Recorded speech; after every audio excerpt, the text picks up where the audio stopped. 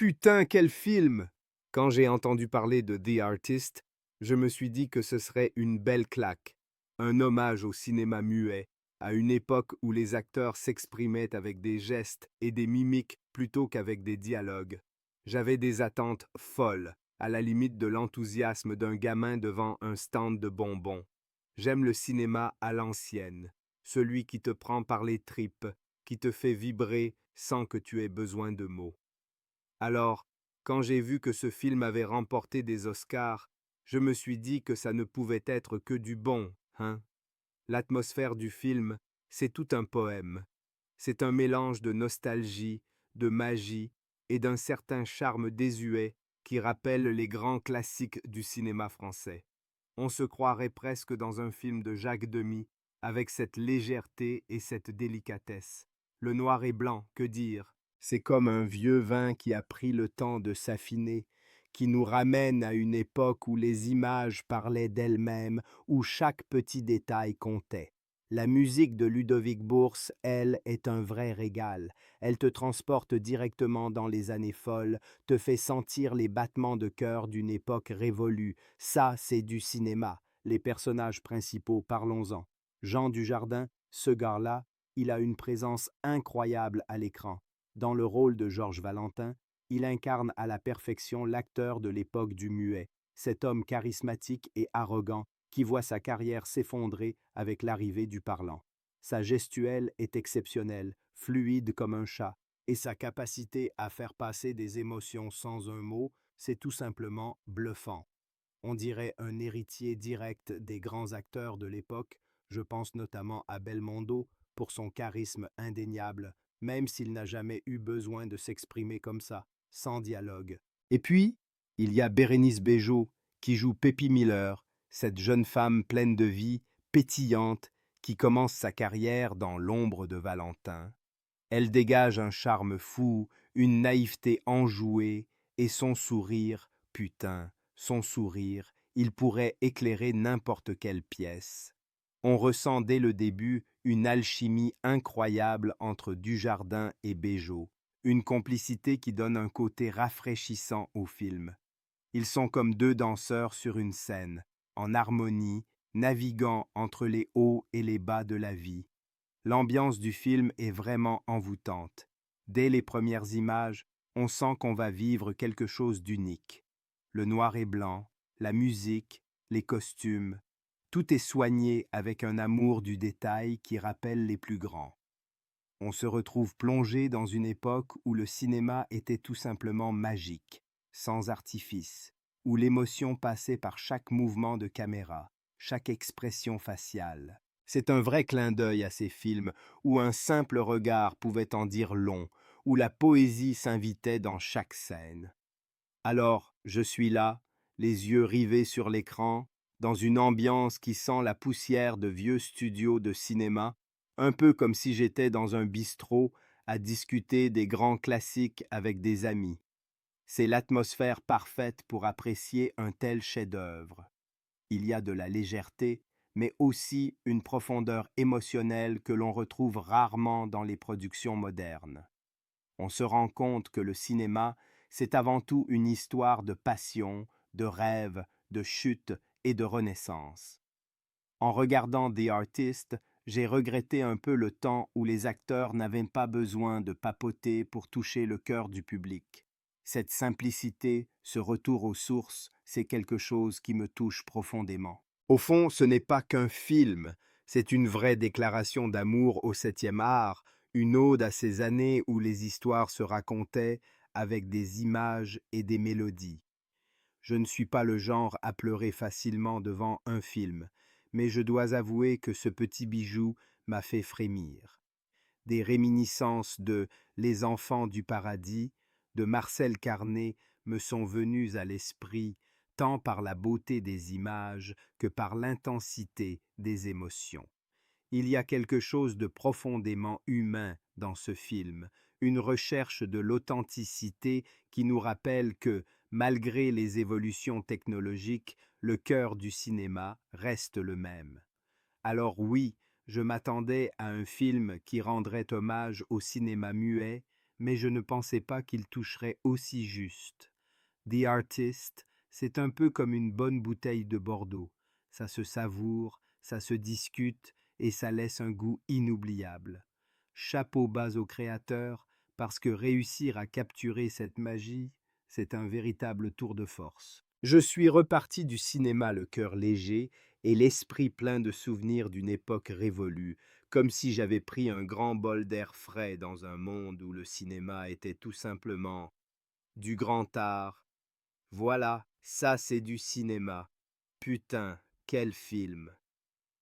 Plongé dans l'ambiance du Hollywood des années 20, The Artist nous emmène à la rencontre de Georges Valentin, un acteur au sommet de sa gloire, incarné avec brio par Jean Dujardin. Ce gars-là, c'est le genre de mec qui vous fait penser à un Belmondo des temps modernes, avec ce charme irrésistible et une présence magnétique à l'écran. Dès les premières minutes, on est transporté dans un univers où le muet a encore son mot à dire, avec des séquences qui rappellent les grandes œuvres du cinéma classique français. L'intrigue débute alors que Georges est en pleine ascension. Il est l'enfant chéri des studios remplis de succès et de projecteurs. Mais voilà, la technologie du son s'immisce dans le monde du cinéma, comme une ombre menaçante sur son brillant parcours. Alors que les films parlants font leur apparition, George refuse de s'adapter, persuadé que le cinéma muet est une forme d'art à part entière. On voit là une belle métaphore de la résistance au changement, digne des héros de notre cinéma à la Belmondo, qui ne laissent jamais les nouvelles tendances les dérouter. À ce moment, on rencontre Peppy Miller, une jeune actrice pleine de fraîcheur et de talent, jouée par Bérénice Bejo. Elle rêve de gloire et sa carrière décolle avec l'émergence des films parlants.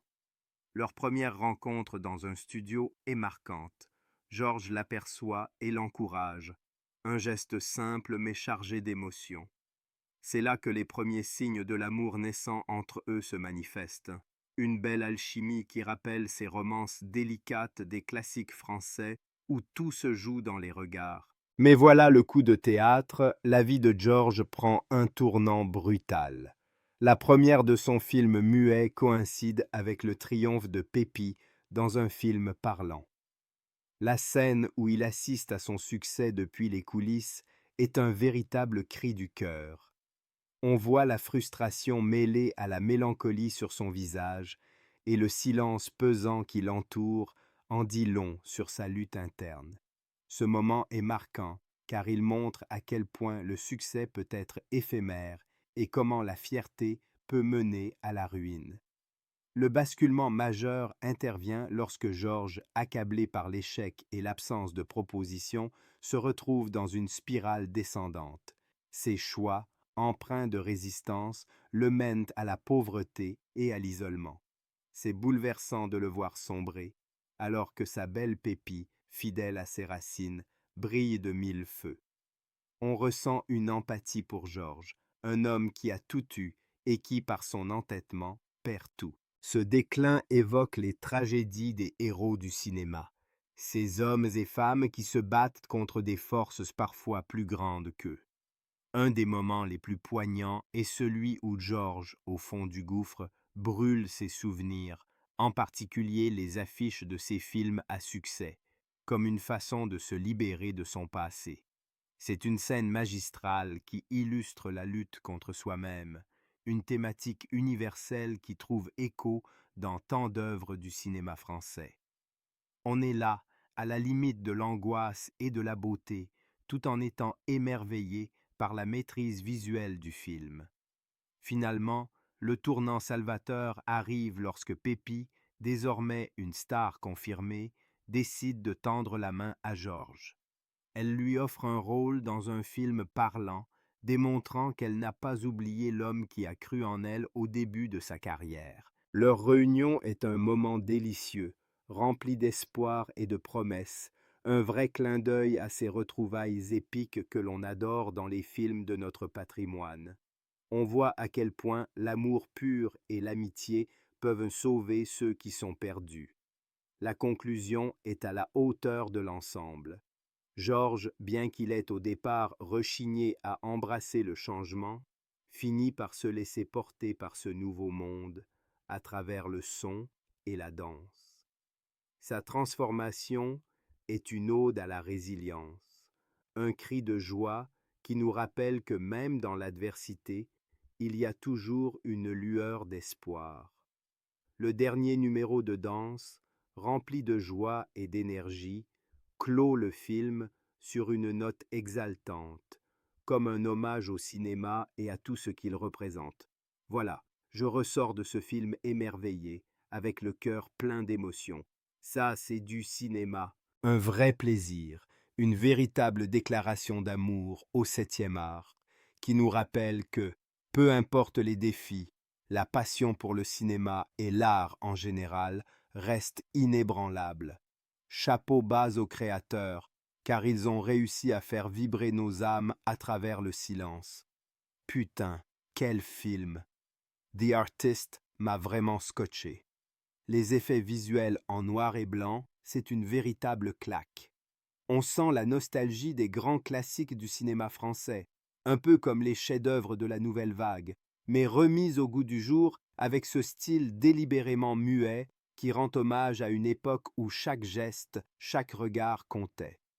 La musique, signée Ludovic Bourse, est tout simplement envoûtante. Elle accompagne avec brio les émotions des personnages, faisant vibrer chaque note comme si on était à la première du cinéma à Paris dans les années 20. La performance du réalisateur Michel Hazanavicius est à saluer. Il a réussi à capturer l'essence même du cinéma tout en y insufflant une modernité incroyable. Ça, c'est du cinéma. Je dois dire que ce que j'ai le plus aimé, c'est la manière dont il a traité le personnage de Georges Valentin, incarné à la perfection par Jean Dujardin. Le bonhomme a une présence incroyable, un peu comme un Belmondo moderne, avec ce charisme fou qui te cloue sur place. Chaque scène avec sa fidèle canine, le petit Jack, est un pur moment de tendresse et d'humour, ça fait du bien. Cependant, je ne vais pas vous mentir, il y a des moments où la rigidité du silence m'a semblé un peu absurde, surtout quand on sait à quel point le cinéma a évolué depuis. Mais il faut faire abstraction de ça, parce que l'ensemble est tellement bien balancé que ça passe crème. En conclusion, The Artist est une magnifique ode au cinéma, une fresque intemporelle qui nous rappelle que l'art n'a pas besoin de mots pour toucher nos cœurs. J'en sors avec des étoiles plein les yeux, comme après avoir vu un chef-d'œuvre de Godard ou un film de Belmondo plein de vie et d'audace. Alors, mes amis, si vous voulez un moment de magie au cinéma, ne cherchez pas plus loin. Ce film, c'est du grand art, c'est du cinéma à l'état pur.